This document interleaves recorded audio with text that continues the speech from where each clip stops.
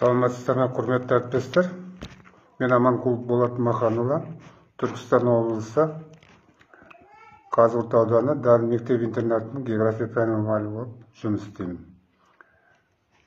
Педстажым 38 жыл, біліктілік санатым педшебер, сарапшы мұғалім.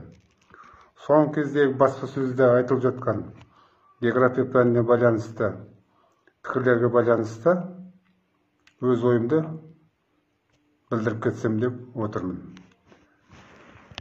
Жаңартылған оқу бағдарламасы шиыршық әдісін қолдану арқылы оқытылуда. Яғни физикалық географияны оқытып келеді де курста. Одан әрі экономикалық географияға, соңында елтану курсымен аяқталады. Дәл осылай 7-ші, 8-ші, 9-ші, 10-ші 11-ші сыныптарда жалғасын табады. Осы жүйенің қандай қажеттілігі бар? Жалпы шиыршық оқыту әдісі өзін ақтады ма деген сұрақтар туындайды. Мектеп география пәні мұғалімі ретінде айтарым, бұл жүйе өзін толық ақтаған жоқ.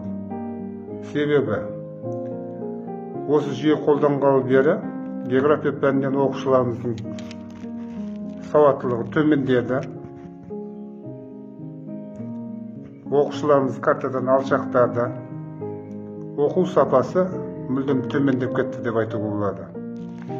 Себебі қазіргі қолданылып жатқан мектеп оқулықтарында мазмұны өте жұтаң, тілі ауыр болып келеді.